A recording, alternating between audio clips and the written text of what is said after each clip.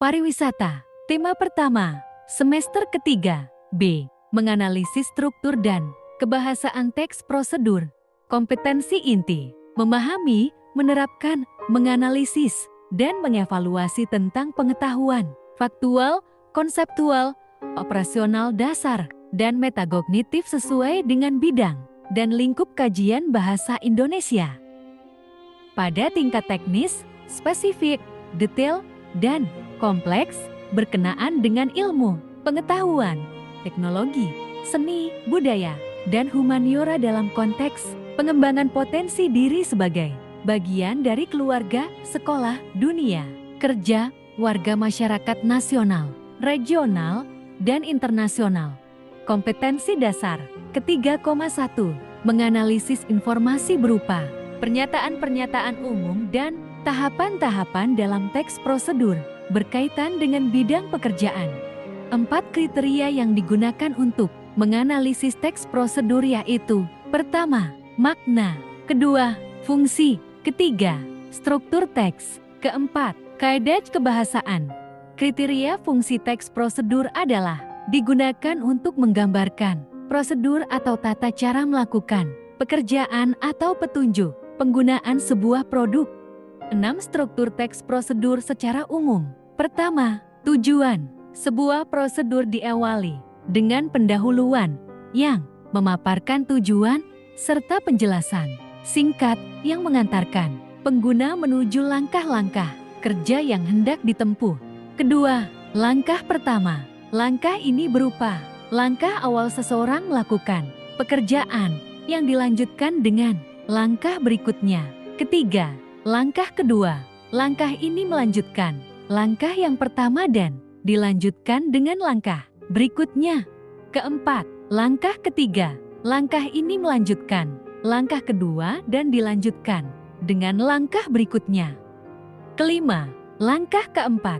Ini merupakan langkah terakhir jika prosedur itu hanya terdiri dari 4 langkah. Untuk sebuah langkah kerja, prosedur yang terdiri dari 4 langkah tergolong prosedur yang sederhana. Pada umumnya terjadi pada pekerjaan sehari-hari.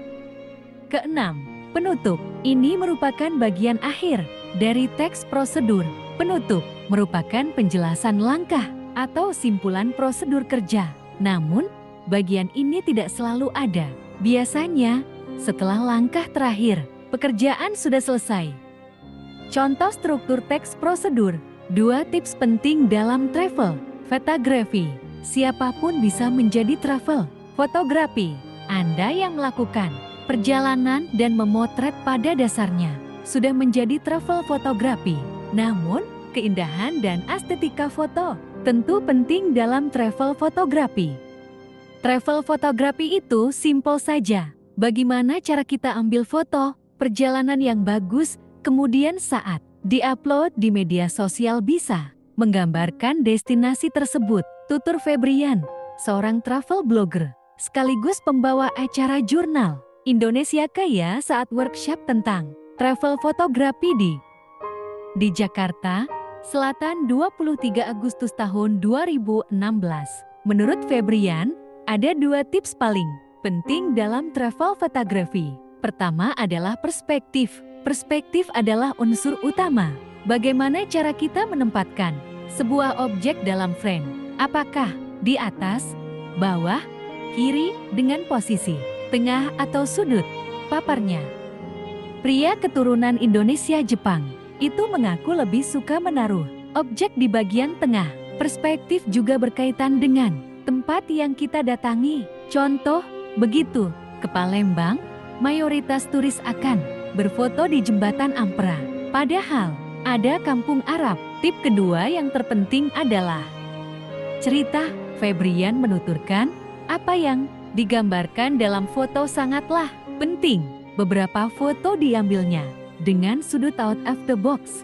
Jangan sampai kita ingin memperlihatkan keindahan Bali, terus kita selfie di pinggir pantai, kelihatan muka semua, backgroundnya malah sedikit. Kalau begitu kan foto di Ancol juga bisa. Canda pemilik blog cerita Febrian. Itu Febrian mencontohkan saat berada di Desa Mantar, Sumbawa Barat, ia diajak memancing oleh warga lokal.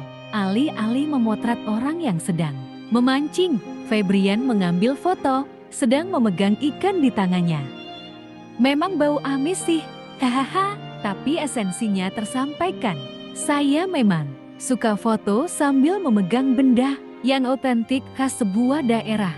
Tambahnya, sumber http travel kompas.com atau RID 2016-082 Mei tahun 22.30.0027. Catat 2 tips penting dalam travel photography. Diakses 7 Februari tahun 2017 pada pukul 10.04. Analisis teks prosedur di atas adalah struktur, tujuan, analisis. Siapapun bisa menjadi travel photographer. Anda yang melakukan perjalanan dan memotret pada dasarnya sudah menjadi travel photographer. Namun, keindahan dan estetika foto tentu penting dalam travel photography. Travel photography itu simpel saja. Bagaimana cara kita ambil foto perjalanan yang bagus, kemudian saat diupload di media sosial bisa menggambarkan destinasi tersebut. Tutur Febrian, seorang travel blogger sekaligus pembawa acara jurnal Indonesia Kaya, saat workshop tentang travel photography di Jakarta, Selasa, 23 Agustus tahun 2016.